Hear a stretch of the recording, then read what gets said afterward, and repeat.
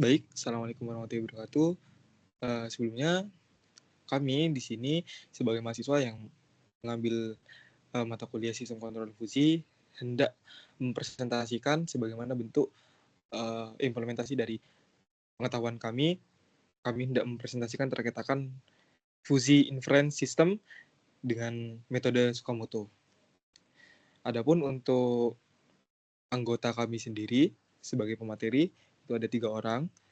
Yang pertama ada Anissa. Untuk Anissa dipersilakan untuk memperkenalkan diri. Saya Nisa Melita Siregar, NIM 2022-11029. Baik, selanjutnya ada saya, Salman Al-Farisi dengan NIM 2022-11036. Lalu ada Adikara. Kepada saudara Adikara dipersilakan untuk memperkenalkan diri.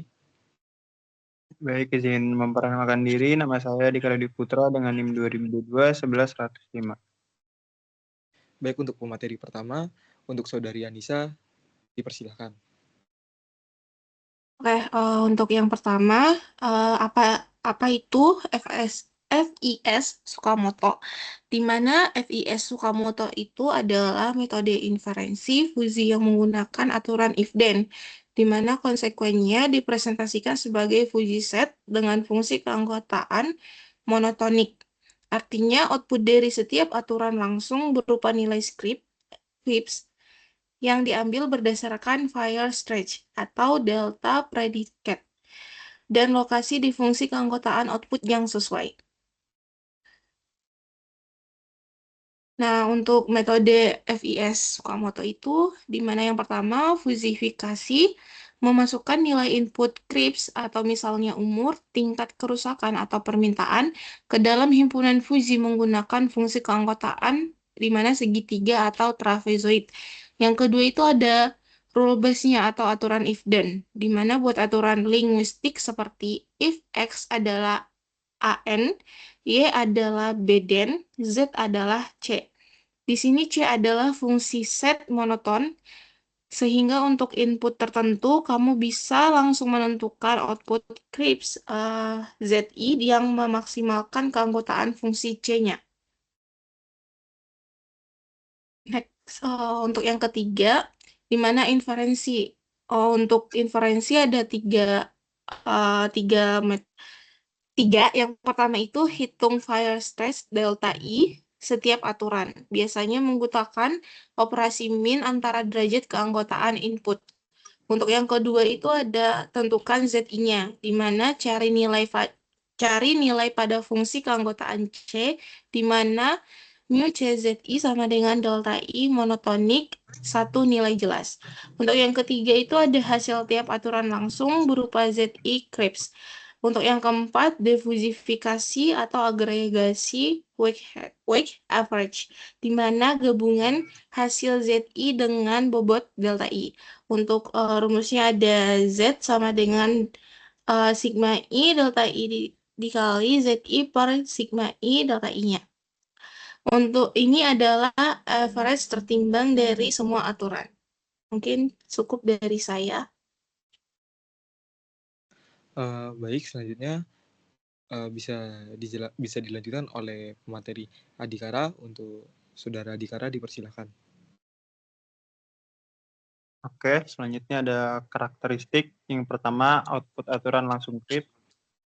Sampai setiap rule menghasilkan nilai numerik langsung. Yang kedua, fungsi keanggotaan output monotonik memastikan hubungan satu ke satu antara delta I dan ZI. Lalu yang ketiga, agresi sederhana. Weight average bukan integrasi lengkap area fusi. Yang keempat, mirip karakteristik Sugeno, namun menggunakan fungsi monoton, bukan fungsi linear atau Sugeno. Untuk keunggulannya, yang pertama ada efisiensi komputasi, di mana dia tidak memerlukan slicing atau difusifikasi area seperti metode Mamdani. Yang kedua, implementasinya mudah, cocok untuk embedded system karena prosesnya ringan. Yang ketiga, bahasa aturan linguistik tetap jelas, mudah dipahami, dan diubah oleh pakar.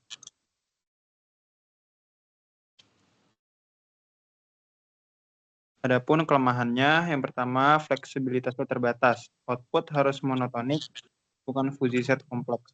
Yang kedua, kurang transparan. Output CRIPS, tiap aturan membuat interpretasi terhadap kontribusi aturan lebih sulit dibanding Mamdani. Yang ketiga, desain MF output manual, membutuhkan penyesuaian dan optimisasi batas fungsi keanggotaan. Mungkin itu saja yang dapat saya sampaikan. Baik, melalui apa yang telah disampaikan tadi, bagaimana sih di mana sih kita bisa mengimplementasikan si logika fuzzy ini sendiri? Nah, salah satunya itu beberapa contoh implementasinya itu diantaranya adalah penjadwalan produksi atau persediaan, di mana logika fuzzy digunakan untuk mengatur jumlah produksi jika permintaan dan stok bersifat kabur. Jadi fish dari yang Tsukamoto ini kan dia monotonik, jadi dia lebih memastikan gitu. Dia bukan fuzzy yang kompleks yang banyak variabel gitu. Nah, diharapkan dengan penggunaan fish gaya Tsukamoto ini, dia itu jadi lebih pasti gitu penjadwalan produksi dan persediaannya. Lalu contoh implementasi berikutnya, dia ada pemilihan jurusan studi, di mana input berupa nilai wawancara dan akademik yang digunakan untuk menentukan jurusan terbaik bagi siswa. Terus contoh implementasi berikutnya, dia ada diagnosis penyakit, di mana misalnya untuk menentukan tingkat risiko penyakit, di sini kita ambil contoh case-nya adalah penyakit jantung, yang mana berdasarkan parameter klinis. Gitu. Karena seperti yang tadi dijelaskan oleh pemateri-pemateri sebelumnya, fish gaya Tsukamoto ini dia itu bersifat monotonik, jadi lebih sedikit variabel dan lebih compact gitu, tidak kompleks, tidak terlalu banyak variabel seperti itu. Dia lebih menyatukan ke satu arah seperti itu. Kurang lebih seperti itu. Lalu dari penjelasan yang sebelumnya dijelaskan oleh pemateri-pemateri sebelumnya dan dari contoh implementasi yang telah diberikan dan dipaparkan, dapat ditarik kesimpulan bahwasanya fish Tsukamoto adalah metode inferensi fuzzy yang efisien dengan aturan if-then berbasis fuzzy monoton dan proses output yang langsung numerik melalui rata-rata terbobot. Keunggulannya terletak pada kemudahan implementasi dan kecepatan komputasi yang ideal untuk aplikasi real-time dan secara embedded. Kurang lebih seperti itu. Bila mana ada kekurangan dan kesalahan, kami memohon kritik dan sarannya. Wassalamualaikum warahmatullahi wabarakatuh.